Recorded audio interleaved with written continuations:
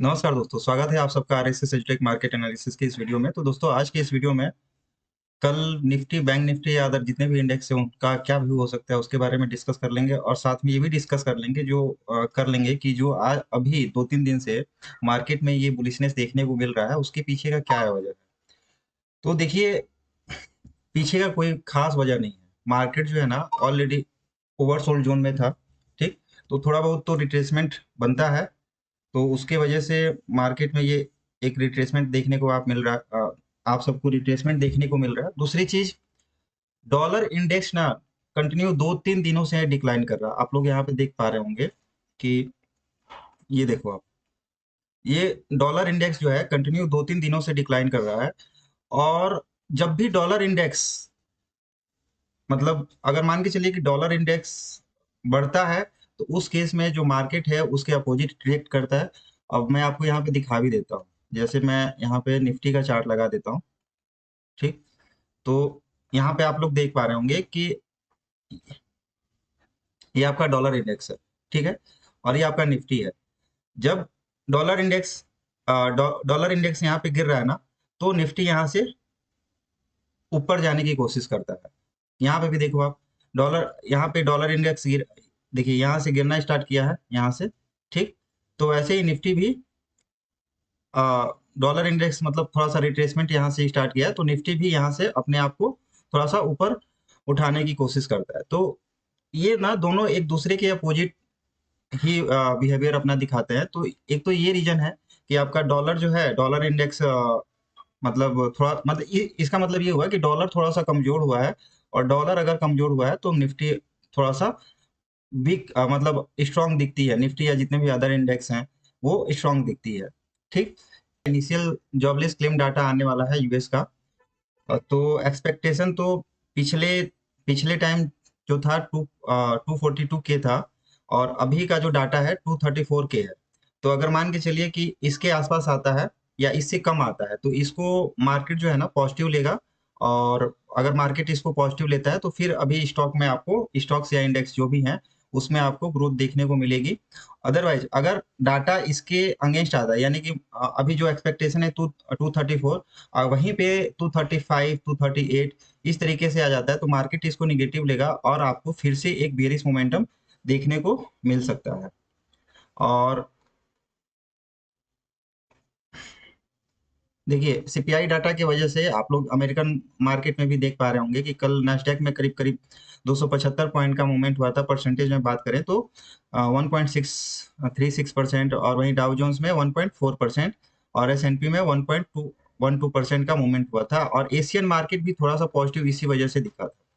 तो यही रीजन है दोस्तों।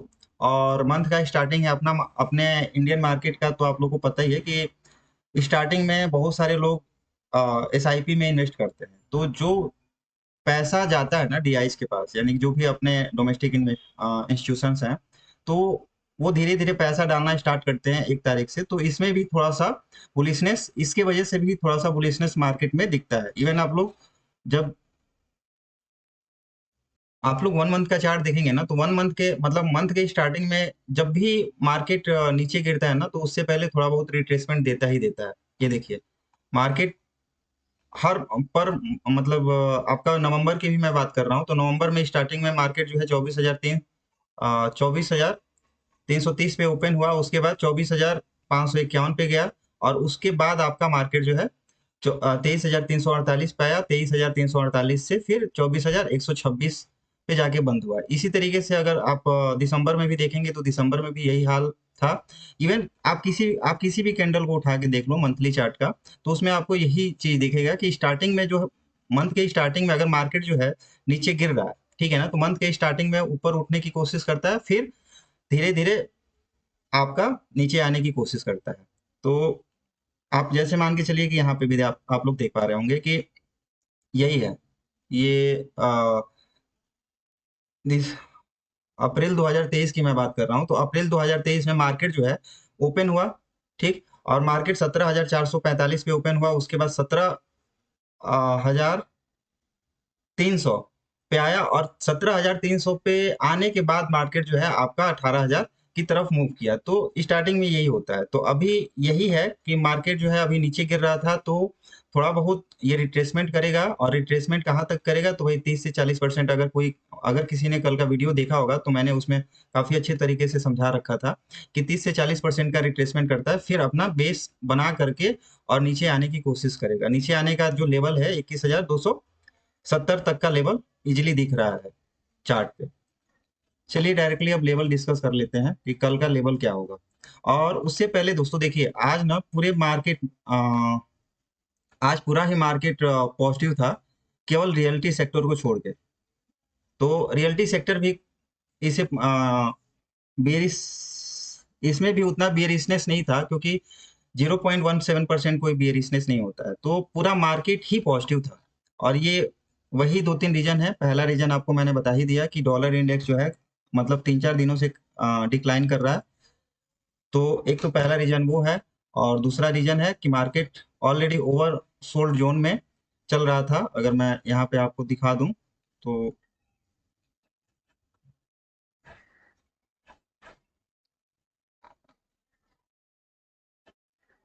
वीकली के चार्ट में दिखाऊंगा तो उसमें भी आपको दिखे, मतलब वीकली टाइम फ्रेम के चार्ट में दिखाऊंगा तो उसमें भी आपको दिख रहा होगा कि मार्केट जो है ना ऑलरेडी ओवरसोल्ड जोन में चल रहा था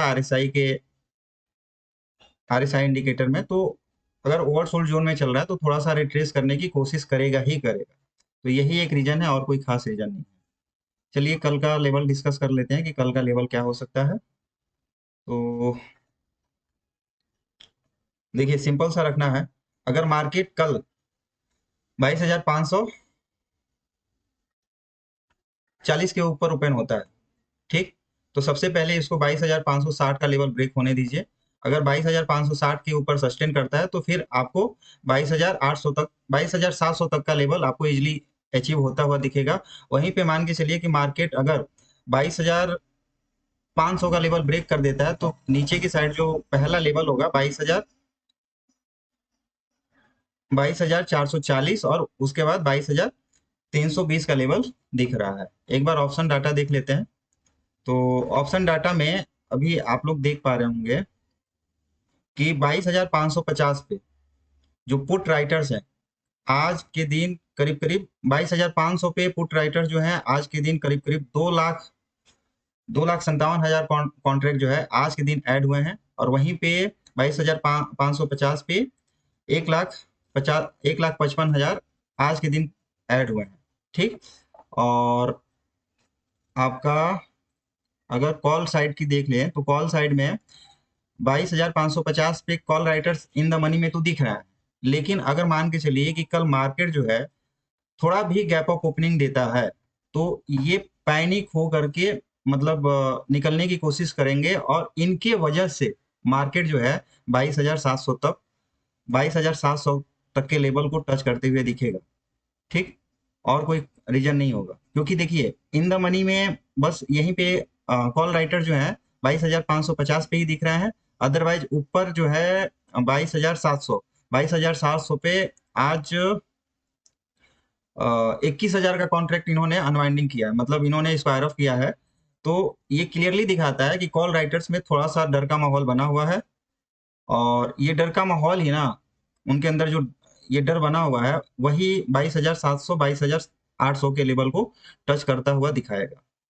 और पुट राइटर्स मतलब पुट राइटर्स जो है 22,400 पे भी काफी ऐड हुए हैं आज, 22,450 पे भी काफी ऐड हुए हैं, 22,500 पे भी ऐड हुए हैं। तो ये सारा का सारा एक तरह से ना अ, ये सपोर्ट ही है।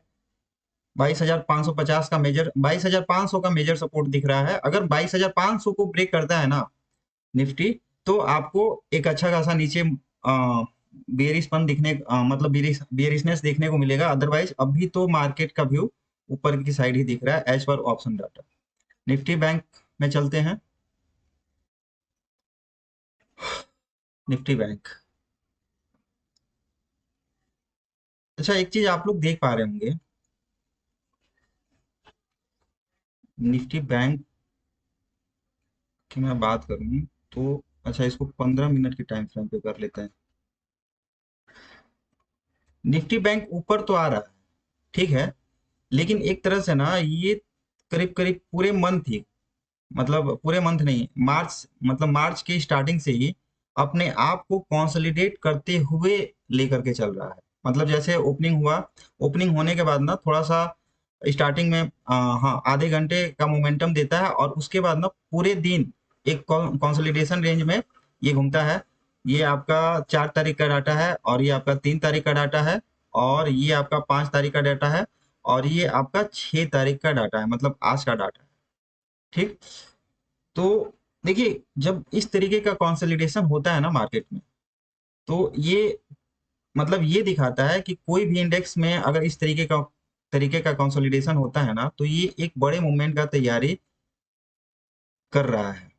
ठीक है, कोई भी इंडेक्स, चाहे वो निफ्टी हो, चाहे निफ्टी बैंक हो, या कोई भी, अगर इस तरीके का कंसोलिडेशन दिखता है ना, तो एक बड़े मूवमेंट की वो इंडेक्स तैयारी कर रहा है। तो देखिए, अगर मान के चलिए कि इस तरीके का कंसोलिडेशन दिख रहा है, और अगर मैं फीबो का लेवल लगा देता हूँ, फीबो का लेवल अगर लगा देता हूँ, तो इसका जो 60% का रिट्रेसमेंट है, 48,940 का दिख रहा है। 48,940 का 60% का रिट्रेसमेंट दिख रहा है। और यहाँ पे एक अच्छा खासा आपको रेजिस्टेंस भी दिख रहा है। ये देखो, ये एक अच्छा खासा रेजिस्टेंस दिख रहा है। तो ये तो क्लियर है कि निफ्टी जो है ना 48,900 या 49,000 के लेवल तक आने की कोशिश करेगी। ये तो क्लियर दिख रहा है। लेकिन अगर इसके ऊपर सस्टेन कर गया ना, ठीक, तो ऊपर के साइड आपको एक अच्छा खासा बाउंस देखने को मिलेगा। तो देखिएगा आप लोग क्या होता है। ये तो जस्ट प्रेडिक्शन है, क्योंकि कंसोलिडेशन फेज में, जब मार्केट कंटिन्यूअस कंसोलिडेशन फेज में रहता है ना, तो इस तरीके का मूवमेंट आपको, मतलब एक बड़ा मूवमेंट आपको देखने को जरूर मिलता है। जैसे कि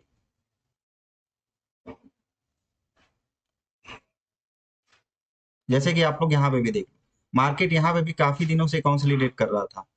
ठीक, ये देखिए यहाँ पे।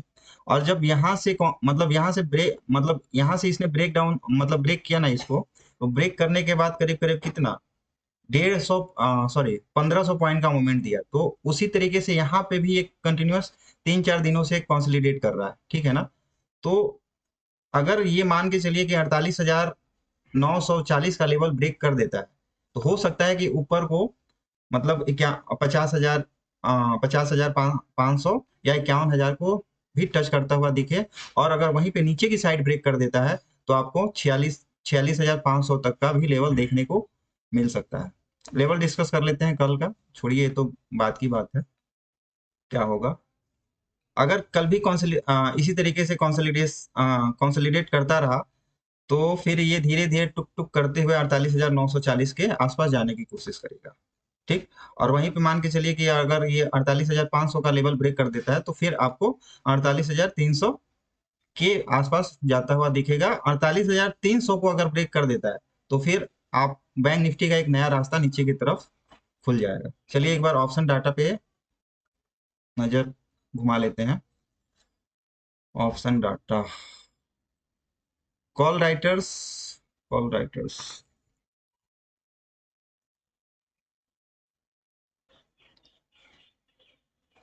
Call writers in the money से ना अपने पोजीशन को स्क्वायर अप करता है। ठीक। 48,400 पे इन्होंने 48,400 पे अपने पोजीशन को स्क्वायर अप किया है। 48,300 पे अपनी पोजीशन को स्क्वायर अप किया।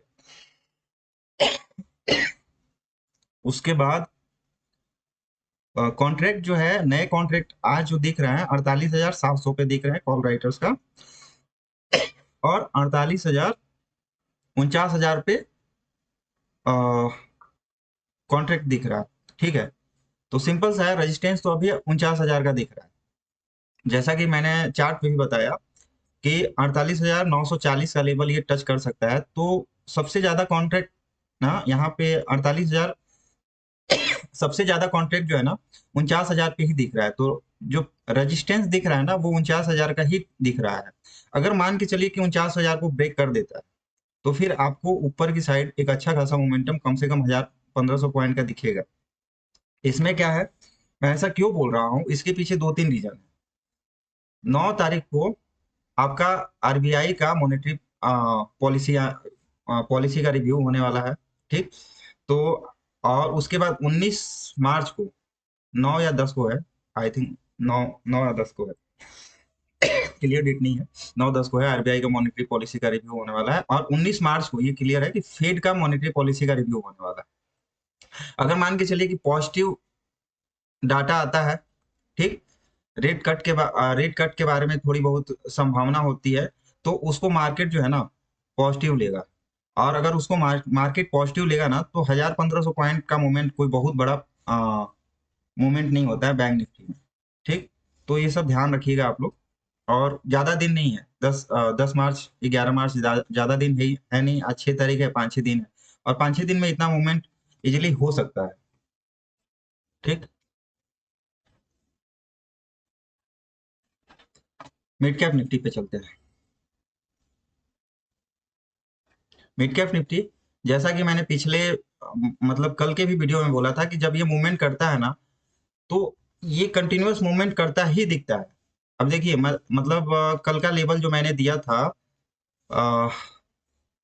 11,000, 11,500 तक का मैंने लेवल जो है, मेरा जो है टारगेट है कि 11,550 के आसपास ये दिखेगा, ठीक। आज ये कंसोलिडेट करता रह गया, और रीजन भी है, इसके पीछे रीजन भी है, क्योंकि ये कंटिन्यूअस 2-3 दिनों के अंदर ना करीब करीब 500 पॉइंट का ऑलरेडी मूवमेंट दे दिया। आप लोग देख पा रहे होंगे कि ये 3 मार्च से, 3 मार्च को ये था 10,628 पे, 10,600 पे, मतलब 10,600 पे। अभी जो चल रहा है 11,300 पे।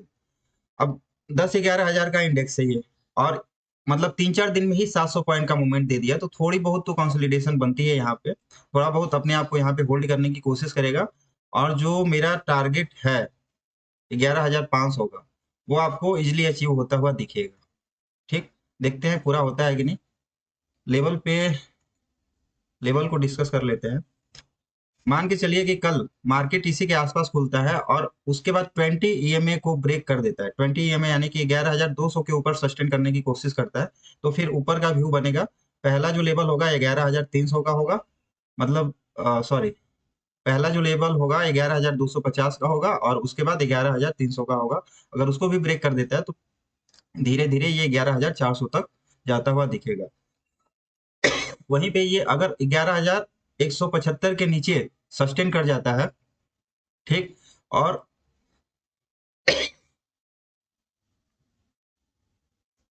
11,175 के नीचे सस्टेन कर जाता है, तो इमीडिएट जो इसका सपोर्ट दिख रहा है ना 11,124, या मतलब 11,120 के आसपास का दिख रहा है। अगर इसको भी ब्रेक कर देता है, तो फिर 11,000 तक का लेवल आपको इजिली अचीव होता हुआ दिखेगा।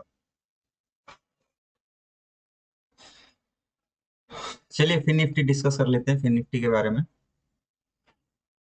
तो फिर निफ्टी का भी वही है दोस्तों, ये भी कंटिन्यूअस अपने आप को 3-4 दिन से कंसोलिडेट कर रहा है। अगर इसमें, अगर ये 23,300, 23,200 का लेवल ब्रेक कर देता है, तो जो इसका अगला लेवल होगा ना 23,300 और 23,500 तक का इजिली अचीव होता हुआ दिखेगा। वहीं पे नीचे की साइड, अगर मान के चलिए 23,000, जो कि 1 मिनट, नीचे की साइड का जो लेवल है 23,100, 23,100, या 23,100, क्या 23,130, अगर इसको ब्रेक कर देता है नीचे की तरफ, ठीक है, तो आपको 23,000 तक का इजिली टारगेट जो है अचीव होता हुआ दिखेगा। सेंसेक्स,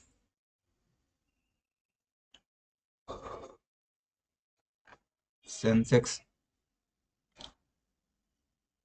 जब तक ये जब सेंसेक्स जब तक 20 ईएमए को ब्रेक नहीं करता है, यानी कि 20 ईएमए के नीचे सस्टेन नहीं करता है, या कोई क्रॉसओवर नहीं बनाता है, इसमें बुलिशनेस नहीं दिख रहा है, जब ये 20 ईएमए और 9 ईएमए का क्रॉसओवर बनाएगा, फिर नीचे की साइड आप लोग प्ले करने की कोशिश करना। अभी करेंट सिचुएशन में सेंसेक्स का जो लेवल है वो आपका 74,600, 74,800 और 75,000 तक का लेवल इसमें अचीव होता हुआ दिख रहा है, ठीक।